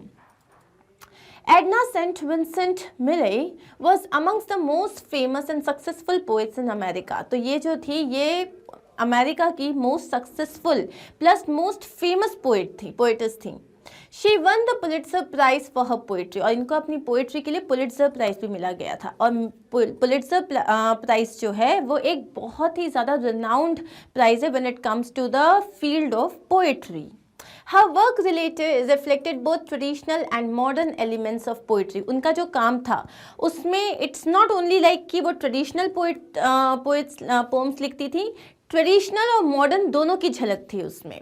This poem is about a deep longing to travel and a desire to go out and see the world. और ये जो poem है this is all about a deep longing to travel, मतलब जब बहुत ज़्यादा मन करता है ट्रैवल करने का, एंड अ डिज़ायर मतलब और एक इच्छा to go out and see the world, मतलब जहाँ आप रहते हो आप अपने कंफर्ट जोन से निकल के बाहर जाओ, लोगों से मिलो, दुनिया देखने की उनकी इच्छा है. Now we are going to start with our poem. Okay, we will understand the poem line by line, then we will also see its summary. The railroad track is miles away and the day is loud with voices speaking. Yet there isn't a train goes by all day, but I hear its whistle shrieking. अब वो बता रही है poet कि जो rail road track है वो मीलों दूर है, मतलब जो रेलवे लाइन है, जो पटरी है वो मीलों दूर है. And the day is loud with voices speaking. और दिन जो है जैसे नॉर्मल डे होता है वैसा ही है. कहीं से सब्जी वाले का शोर आ रहा है, कहीं गाड़ियों का शोर आ रहा है, घर में लोग बात कर रहे हैं, मतलब आसपास सारे लोग बात कर रहे हैं. तो the day is loud with voices speaking का मतलब होता है that the loud clatter of people फिल्स the day time, मतलब जो लोगों की आवाज़ है उससे क्या है, दिन भर चहल पहल लगी हुई है. Yet there isn't a train goes by all day. और दिन भर कोई ट्रेन उस रेलवे ट्रैक पे नहीं जाती है. But I hear its whistle shrieking. पर उसके बाद भी कोई ट्रेन नहीं है, लेकिन उसके बाद भी मुझे ट्रेन की जो सीटी होती है, ट्रेन की जो विसल होती है वो चीखती हुई सुनाई पड़ रही है. श्रीकिंग का मतलब क्या होता है, making a loud high pitched cry. तो मुझे जो है ट्रेन की विसल सुनाई दे रही है. देयर इज़ नो ट्रेन, और जो रेलवे लाइन है वो मीलों दूर है, उसके बाद भी मुझे ट्रेन की आवाज़ आ रही है. All night there isn't a train goes by, though the night is still for sleep and dreaming, but I see its cinders red on the sky and hear its engine steaming. अब वो यहाँ पे बता रही हैं कि all night there isn't a train goes by. रात भर भी वहाँ पे कोई ट्रेन नहीं जाती है, उस रेलवे लाइन से कोई ट्रेन होके नहीं गुजरती. Though the night is still for sleep and dreaming, जो रात होती है वो उसमें ठहराव होता है. इट इज़ स्टिल मतलब एक तरीके से वो रुक जाती है. जहाँ क्यों, क्योंकि सब लोग जो है उस वक्त सोते हैं ताकि वो अपनी एक बेटर लाइफ को ड्रीम कर सकें. But I see it's cinders red on the sky. लेकिन उसके बाद भी मुझे जो उसके सिंडर्स हैं, सिंडर मतलब क्या होता है, जैसे स्टीम इंजन्स होती हैं तो उसमें कोयले से वो लोग उसको जलाते हैं. तो जब कोयले को या किसी भी आप वुड पीस को जलाते हो तो जब वो जल जाता है उसके बाद वो रेड रेड कलर का दिखने लग जाता है, जिसमें ऐश दिखता है, उसे सिंडर कहते हैं. So but I see it's cinders red on the sky. Red on the sky इसका मतलब जैसे सिंडर जो है वो जलता है तो वो ग्लो करता है रेड कलर का एज दे बर्न. तो उनको जो है स्मोक के फॉर्म में उसके जो सिंडर्स हैं वो उनको दिखाई दे रहे हैं, जबकि there is no train. My heart is warm with the friends I make. मतलब मेरा दिल जो है वो बहुत खुश है. माई हार्ट इज़ वार्म मतलब मेरे दिल में बहुत खुशी है. With the friends I make मतलब जो भी मेरे आसपास लोग हैं, जो मेरे फ्रेंड्स हैं, उनसे मैं बहुत खुश हूँ. And better friends I will not be knowing, yet there isn't a train I wouldn't take, no matter where it is going. लेकिन और इससे अच्छे फ्रेंड्स बन सकते हैं. And better friends I will not be knowing, लेकिन अगर मैं यहाँ से नहीं जाऊँगी तो मुझे नहीं पता कि मुझे और कितने बेटर फ्रेंड्स मिल सकते हैं. लेकिन yet there isn't a train I would not take. लेकिन ऐसी कोई ट्रेन नहीं है जिसमें मैं बैठना नहीं चाहती, ऐसी कोई ट्रेन नहीं है जिसको मैं नहीं लूँगी, no matter where it is going. मुझे नहीं मतलब है कि कोई ट्रेन कहाँ जा रही है, उसका डेस्टिनेशन कहाँ है. I just want to travel, I just want to go from here, I just have a deep longing to go and explore new places and meet new people. Now this was the explanation of our poem. Basically हम यहाँ क्या कह रहे हैं, हम यहाँ बात कर रहे हैं that the poet is here has a deep longing to travel. She wants to explore new places, explore new like destinations. उनको लोगों से मिलना है, वो खुश हैं, आज वो जिनके साथ हैं वो खुश हैं, लेकिन उसके बाद भी वो नई चीज़ें एक्सप्लोर करना चाहती हैं, जो उन्होंने नहीं देखा है वो उस चीज़ को एक्सप्लोर करना चाहती हैं. अब हम आते हैं इसकी समरी पे. The poem begins with the speaker stating that from where she lives there is a railroad track miles away. So poem, ये जो poem start होती है इसमें स्पीकर सबसे पहले क्या कहती है कि जहाँ वो रहती है वहाँ से काफ़ी दूर जो है एक रेलवे ट्रैक है. It is a feature in her life that is constant. अब यहाँ जो वो रेलवे ट्रैक की बात कर रही है, in a way she is comparing it. क्या बोल रही है वो कि एक तरीके से उनकी लाइफ का एक ऐसा पार्ट है जो कांस्टेंट है, जो कहीं नहीं जा रहा है. Although she cannot physically see it every moment. अब वो जो रेलवे लाइन है वो बहुत दूर है, मीलों दूर है, which means that वो उनको उस रेलवे लाइन को पूरे टाइम नहीं देख सकते. It is always there weighing on her mind. लेकिन वो railway line is always there. उनके दिमाग में वो रेलवे लाइन चलती रहती है, एक तरीके से वो constantly उनके दिमाग में वेट डाल रही है. As travel continues, it becomes clear that the speaker has developed an obsession with the train and where it might take her. जैसे जैसे हम पोम पढ़ रहे हैं कि ट्रेन नहीं चल रही है, उसके बाद भी उन्हें ट्रेन दिखाई दे रही है, ट्रेन नहीं चल रही है, उसके बाद भी उनको जो है उसकी आवाज़ सुनाई दे रही है. इसका मतलब क्लियरली जो पोएट है उनके अंदर एक डीप ऑब्सेशन जो है वो पैदा हो चुका है with respect to trains and travel. She can hear the sounds it makes all day, even over the sounds of the many voices around us. उनको वो जो ट्रेन है भी नहीं वहाँ पे, उसकी आवाज़ आ रही है over the so many sounds which are going on around her. आसपास इतनी आवाज़ें हैं, इतना शोर है, उसके बाद भी जो चीज़ नहीं है उनको उसकी आवाज़ क्लियरली आ रही है. The speaker dreams about the train and pictures it perfectly as she sleeps. So यहाँ वो ये कह रही है कि जो रात होती है वो सोने के लिए होती है, सपने देखने के लिए होती है. उसमें भी what is she seeing? She can see the cinders in the sky. जो उसमें clearly वो जो है ट्रेन को देख सकती है. By the end of the piece, it becomes clear that she is uninterested in where the train is going as long as it will take her somewhere new. और last stanza में हमें ये भी समझ में आता है कि she is not bothered about the destination where the train will take her. All she wants to do is go and travel. अब हम आते हैं इसके स्ट्रक्चर में. अब आपने देखा हुआ है that you know it is a short 3 stanza poem. So travel by Edna Saint Vincent Millay is a short 3 stanza poem that is divided into set of 4 lines. और हर सेट में 4 लाइन्स हैं और क्वाट्रेन्स. अब ये जो 4 लाइन्स होती हैं इनको हम कहते हैं क्वाट्रेन्स. These sets of lines follow the rhyming pattern of ABAB, CBCB, DBDB.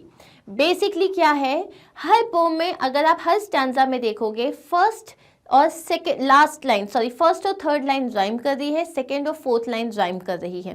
तो अगर आप पूरे इसमें देखोगे तो ABAB, CBCB और DBDB, मतलब जो सेकेंड लाइन का जो लास्ट सेकेंड और फोर्थ लाइन का जो लास्ट वर्ड है वो तीनों ही स्टैंजास में मैच कर रहा है. ठीक है, इसको हम एक बार पोम में देख लेते हैं, वो इजी रहेगा. नाउ सबसे पहले हम राइमिंग पैटर्न कैसे निकालते हैं, लास्ट वाले जो वर्ड्स होते हैं उनको अंडरलाइन कर लेते हैं. यहाँ पे सिर्फ डे अंडरलाइन होगा. अवे को ए दे दिया, स्पीकिंग को बी दे दिया. अवे डे सेम साउंड कर रहा है, ये ए हो गया. और ये क्या हो जाएगा, श्रीकिंग, तो ये स्पीकिंग और श्रीकिंग सेम साउंड कर रहा है तो ये बी हो गया. अभी क्या आ गया, हम यहाँ लिख लेते हैं ABAB. ठीक है, अब आते हैं हम सेकेंड वाले स्टैंजा में. सो सेकेंड स्टैंजा में if we can see this, so यहाँ पे by, dreaming, sky, steaming. Again यहाँ पे आप देख रहे हो बाय, तो बाय पहली वाली इसमें क्या था word, away, day, by, sky. तो अगेन यहाँ पे ये है AB का ही पूरा पैटर्न फॉलो हो रहा है हर जगह. अब यहाँ पे बेसिकली अगर आप पूरे पोएम को देख के चलोगे तो आप क्या बोलोगे, बाय एक नया वर्ड है. बाय जो है ना डे के साथ, अवे के साथ जा रहा है ना स्पीकिंग के साथ जा रहा है, तो आप इसे सी बोलोगे. लेकिन स्पीकिंग, स्टीमिंग, ड्रीमिंग, तो ये CB हो जाएगा. Okay, ABAB, CB. और उसके बाद यहाँ पे मेक आ जाएगा, तो ये हो जाएगा D. Knowing again same, take, knowing going again same. तो यहाँ पे क्या आ गई आपका जो स्ट्रक्चर आ गया, जो राइमिंग स्कीम आ गई, वो हो गया ए बी, सी बी और D B, right. The poet has chosen to repeat the B rhyme throughout this piece in an effort to create a sense of unity and continuity throughout the poem. अब अगर ये जो पूरे pome को देखें, तीनों stanzas में उन्होंने जो सेकेंड और फोर्थ लाइन है उसको हर जगह सेम राइमिंग स्कीम दी है। बेसिकली वो एक तरीके से जो पोम में कंटिन्यूटी होनी चाहिए, एक फ्लो होना चाहिए, उसको डेवलप करने के लिए उन्होंने ये राइमिंग स्कीम का जो पैटर्न है रखा है। ओके, अब हम आते हैं इसकी पोएटिक डिवाइसेस में। सबसे पहला जो पोएटिक डिवाइस है, यहाँ पे है हमारे पास मेटाफॉर्स और similes. The term train is use in the poem travel as a metaphor by the author. ये जो पूरा जो टर्म है, यहाँ जो उन्होंने ट्रेन की बात करी है, ये एक मेटाफोर है। Through this term, the narrator wants to transmit the idea that life is a journey and everyone must take a train, or rather decide where life is supposed to go and what they want to achieve from it. Now, this is very important. ये जो वो कह रही है कि नहीं मुझे train सुनाई दे रही है, मुझे ट्रेन दिखाई दे रही है, बेसिकली ट्रेन एक मेटाफोर है जहाँ लाइफ में आपको करना क्या है, आपका गोल क्या है, आपका एम क्या है। यहाँ पे ट्रेन एक कांस्टेंट है जो कि आपके गोल को, आपकी एम को रिप्रेजेंट करता है। आपका आइडिया, एक आइडिया जो होता है that life is a journey, कि लाइफ क्या है, एक जर्नी है। हम अलग अलग लोगों से मिलते हैं, हम अलग अलग लोगों से बातचीत करते हैं, कुछ लोग किसी स्टेशन पे रुक जाते हैं कि कुछ लोग नए स्टेशन पे मिल जाते हैं, लेकिन लाइफ तो एक ट्रेन की तरह है ना। तो ये पूरी जो पोम है इसमें ट्रेन एक मेटाफोर है। इसके बाद आते हैं हम पर्सोनिफिकेशन में। पर्सोनिफिकेशन में यहाँ पे बोला है but I hear it's whistle shrieking, लेकिन मुझे जो उसकी जो सीटी की आवाज़ है चीखती हुई सुनाई देती है ना। सीटी चीखती नहीं है, हम लिविंग बीइंग को बोलते हैं दैट दे आर श्रीकिंग। सो यहाँ पे विसल जो है उसको पर्सोनिफाई किया गया है as if it is some kind of human being जो श्रीक कर रहा है। So yes, we are done. हम स्टार्ट करने वाले हैं जो आपके चैप्टर में, आपकी बुक के पीछे जो क्वेश्चन आंसर्स दिए हुए हैं इस पोम के बाद हम उनको स्टार्ट करेंगे, ठीक है। सो लेट्स सी कितना आता है हमको। In the first stanza, the speaker talks about two different sounds. वो कौन कौन से sounds हैं? So पहले इसमें the two sounds mentioned in the first stanza are voices of people speaking, जो लोग बात कर रहे हैं, जो उन्होंने कहा था कि इतने लोगों की आवाज़ है उसके बाद भी मुझे ट्रेन की आवाज़ आ रही है। So voices of people speaking, और second है shrieking of the train's whistle। तो एक तो लोगों की आवाज़ और दूसरा जो ट्रेन के whistle की आवाज़ आ रही है। Which of these sounds does she actually hear? और इन दोनों के साउंड में से एक्चुअली उन्हें किसकी आवाज़ आ रही है? ट्रेन के विसल तो है ही नहीं, वो तो सिर्फ इमेजिन कर रही हैं, उनको लोगों की आवाज़ आ रही है। तो हम क्या बोलेंगे? The sound that the speaker actually hears is that of human voices, जो आसपास लोगों की आवाज़ आ रही है। नेक्स्ट है how is it that the other sound appears to ring out so clearly to the speaker even though the source of the sound is nowhere nearby? अब यहाँ क्वेश्चन है कि जो दूसरी आवाज़ है, मतलब हम बात करें ट्रेन के विसल के श्रीक करने का, ये आवाज़ उनको इतनी क्लियरली कैसे आ रही है जबकि आसपास कोई सोर्स नहीं है, मतलब कोई रेलवे लाइन नहीं है और जो भी है वो बहुत दूर है और कहीं ट्रेन आ भी नहीं रही है वहाँ पे। So the speaker thinks about the train so often with such a deep desire to travel that the sound of its whistle in her dream seems real to her. अब यहाँ आंसर क्या लिख रहे हैं कि ये जो स्पीकर जो है वो ट्रेन के बारे में इतना ज़्यादा सोचती है, she thinks about the train so often, और that too with such a deep desire, और इतने ज़्यादा मन से वो ट्रेन के बारे में सोचती है that the sound of its whistle in her dream seems real to her, कि जो उसके साउंड है, उसके जो विसल का साउंड है, उसके जो सपनों में जो आता है, ऐसा लगता है उसको वो रियल है। Thus it appears to ring out clearly even though the source is nowhere nearby. और ये हमने पूरा क्वेश्चन से लिखा है, इसीलिए ऐसा लगता है कि वो आसपास ही कहीं उसकी आवाज़ आ रही है, प्लस वो बहुत क्लियर आवाज़ आती है इवन व्हेन जो सोर्स है, मतलब जहाँ से आवाज़ आती है वो कहीं आसपास नहीं है। नेक्स्ट क्वेश्चन है what according to the speaker is the night for, what is she doing instead? So according to the speaker, speaker के हिसाब से रात किस चीज़ के लिए होती है, लेकिन हमारी पोएट क्या कर रही है। तो रात होती है सोने के लिए, रेस्ट करने के लिए, ड्रीम्स देखने के लिए, लेकिन हमारी पोएट क्या कर रही है, हमारी पोएट जो है इमेजिन कर रही है, उसको ट्रेन दिख रही है, सिंडर्स दिख रहे हैं। सो हम यही आंसर लिखेंगे। The speaker says that the nights are meant for sleeping and dreaming. So speaker क्या बोल रही है कि नाइट्स किसके लिए होते हैं, सोने के लिए और ड्रीम करने के लिए होते हैं। बट इंस्टेड ऑफ स्लीपिंग, लेकिन सोने की जगह the poet is thinking about what it would feel like to get away on a train. लेकिन सोने की जगह पोएट सोच रही हैं, वो सोच रही हैं कि जब मैं ट्रेन में बैठूंगी तो क्या होगा, कैसा लगेगा, क्या फील होगी, you know what it would feel to sit in a train and get away with it. Next है, what are the speaker's feelings towards the people who are currently in her life, yet despite her feelings what does she want to do। so speaker जो है हमारी, उनकी feeling क्या है लोगों की तरफ जो लोग अभी करेंटली उनकी लाइफ में है, लेकिन उसके बाद भी वो क्या करना चाहती हैं। तो जो उनकी लाइफ में अभी उनकी फैमिली और फ्रेंड्स हैं, उनके लिए उनका हार्ट में बहुत ही वार्म स्पेस है, मतलब वो उन सबको बहुत पसंद करती है, लेकिन उसके बाद भी वो नए लोगों से मिलना चाहती है, नई जगह को एक्सप्लोर करना चाहती है। The speaker expresses warm feelings towards the people she has in her life. वो वार्म फीलिंग्स एक्सप्रेस करती है उन लोगों के लिए जो ऑलरेडी उनकी लाइफ में हैं। She seems happy and content with them. वो जो है बहुत खुश है प्लस कंटेंट है।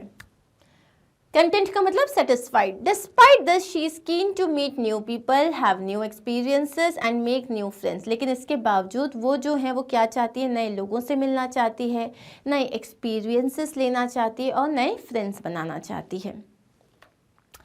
And better friends I will not be knowing.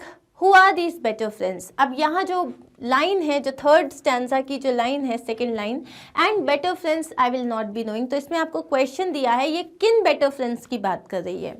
These better friends are people who the speaker imagines she will meet if she were able to take a train and travel। ये better friends वो हैं जो वो imagine कर रही हैं, हमारी जो speaker हैं, poet हैं, वो imagine कर रही हैं कि जब वो travel करेंगी ट्रेन में, जब वो ट्रेन में ट्रैवल करेंगी, जब वो ट्रेन में बैठेंगी और ट्रैवल करेंगी, तब वो जो नए लोगों से मिलेंगी वो हैं उसके better friends. Okay, What makes the speaker call them better? अब स्पीकर आपको जब स्ट्रेंजर्स मिलते हैं तो वो अच्छे भी हो सकते हैं, बुरे भी हो सकते हैं। So why is the speaker calling them better? The speaker calls them better because the very idea of going on a journey and gaining new experiences makes her feel that the people that she will perhaps meet will be more exciting and likable than the ones she already knows। अब यहाँ वो क्या बोल रही है, speaker calls them better, वो speaker उन्हें better friends बोल रही है because जो आइडिया है of going on a journey and gaining new experience, मतलब ये जो आइडिया है कि किसी कोई जगह को एक्सप्लोर करना, जर्नी करना, ट्रेन में ट्रैवल करना, नई जगह को एक्सप्लोर करना, नए एक्सपीरियंसेस गेन करना, ये उसको फील कराता है कि जिन लोगों से वो परहैप्स मीट करेगी वो ज़्यादा एक्साइटिंग होंगे और उसको ज़्यादा पसंद आएंगे than the one she already knows. मतलब जिन्हें वो ऑलरेडी जानती है उनसे ज़्यादा वो शायद एक्साइटिंग हो सकते हैं। इसीलिए पोएटिस जो है, हमारी जो स्पीकर हैं, वो इन लोगों को बेटर फ्रेंड्स कह रही हैं। Has she met them? Does she expect to meet them at all? क्या वो इन बेटर फ्रेंड्स से मिली हैं? नहीं मिली हैं। Does she expect to meet them all? Not any time soon, वो एक्सपेक्ट भी नहीं करती। So no, she has not met them and does not expect to meet them any time soon। और वो ऐसा कुछ एक्सपेक्ट भी नहीं कर रही है कि वो बहुत जल्दी इन बेटर फ्रेंड्स से मिल जाएंगी। Why does the speaker seem to be willing to take any train to any place? What does this tell you about her state of mind and the way she feels about her life? अब question है कि जो speaker है, ऐसा लग रहा है कि वो कोई भी ट्रेन ले लेगी, चाहे वो किसी भी जगह जा रही हो। इससे आपको उसकी स्टेट ऑफ माइंड के बारे में क्या पता चलता है और क्या लगता है वो अपनी लाइफ के बारे में क्या सोचती है। The speaker seeks the thrill of adventure and the excitement of new experiences।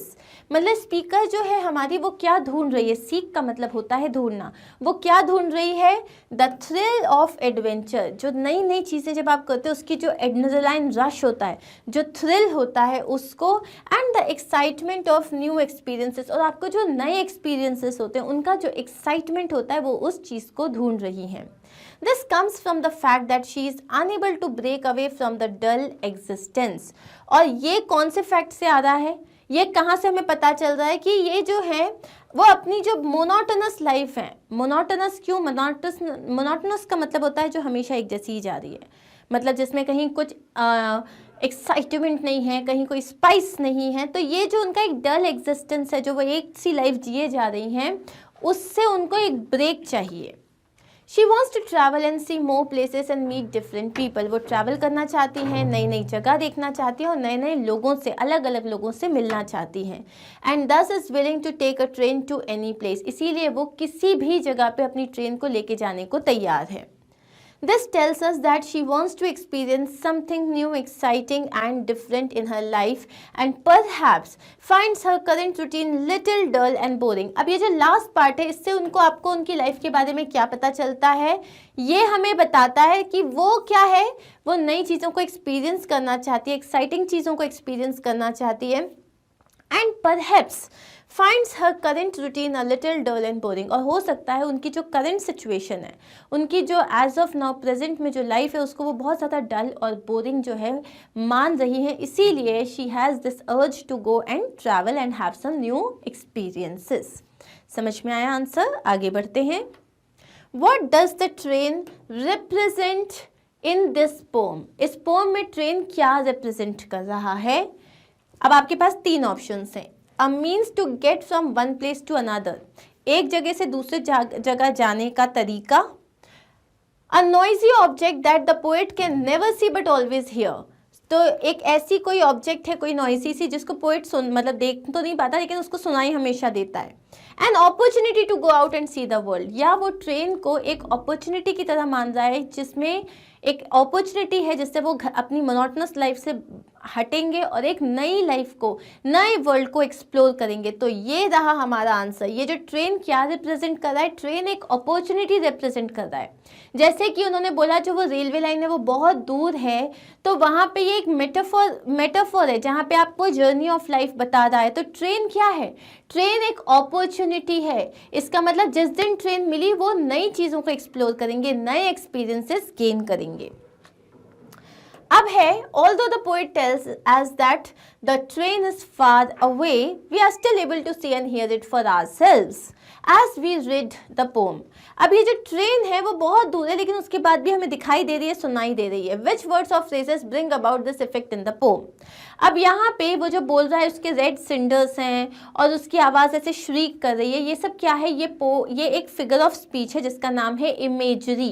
Imagery का मतलब ये होता है कि जब उसमें पोएट लिखता है तो हमें भी सुनाई देता है, हमें भी दिखाई देता है, हमें भी लग रहा है कि ओके ऐसा कुछ हो रहा है, क्योंकि हम इमेजिन कर पाते हैं अपनी क्रिएटिविटी से। तो यहाँ वो पोम बोल रहा है कौन से वर्ड्स हैं जो आपको उन चीज़ों को सुनने में या देखने में मदद कर रहे हैं। तो ये है पहला, विसल श्रीकिंग। जैसे ही मैंने बोला जोर से ट्रेन की सीटी बजी, तो आपके कान में बजी ना, आपने इमेजिन किया ना कैसे बज रही होगी। Similarly here it's engine steaming, engine में से धुआं निकल रहा है, स्टीम निकल रहा है, तो आप इमेजिन कर सकते हो इंजन में से कैसे धुआं निकल रहा होगा। Seeing it's cinders red on the sky, उसके जो सिंडर्स हैं वो रेड ऑन द स्काई हैं, मतलब वो पूरे रेड कलर के सिंडर्स हैं और वो जो ट्रेन है वो मूव कर रही है। Now when you are able to see all these things, यही है जो आपको बताते हैं, ये इफेक्ट लेके आ रहे हैं इस पोम में।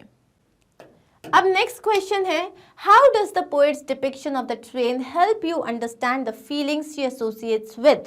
ये जो पोएट हैं इनका किस तरीके से जो इन्होंने कंपैरिजन किया है अपनी लाइफ को एक ट्रेन से, एक जर्नी से, सो किस तरीके से ये आपको हेल्प कर रहे हैं टू अंडरस्टैंड कि वो क्या फील कर रही है, वो किस तरीके से अपनी जो फीलिंग्स हैं इस पोम के साथ किस तरीके से उन्होंने रिलेट की है। The poet uses simple phrases to depict the longing she has for a train. जो हमारी जो पोएट हैं वो सिंपल फ्रेज यूज़ कर रही हैं कि अपने आप को ये बताने के लिए कि उनको ट्रेन में ट्रैवल करने की कितनी लॉन्गिंग है। There is no train that ever goes by. वहाँ कोई ट्रेन नहीं चलती है, yet she sees us coming and hears the sounds. उसके बाद भी वो उन्हें दिखाई देती आते हुए और उसको उनकी आवाज़ें भी आती हैं। This shows us that the feeling she has towards the train, और इसी से हमें पता चल रहा है किस तरीके की फीलिंग है उनकी ट्रेन के तरफ। Do you think that the poem has been suitably titled Why or Why Not? क्या तुम्हें लगता है ये जो ट्रैवल जो इस पोम का टाइटल है ये अच्छा है, ये सही है इस पोम के हिसाब से। The poem has been suitably titled, हाँ पोम का जो टाइटल है वो बिल्कुल सूटेबल है। The word travel is associated with going to new places, making new friends and getting an opportunity to know more about the world we live in।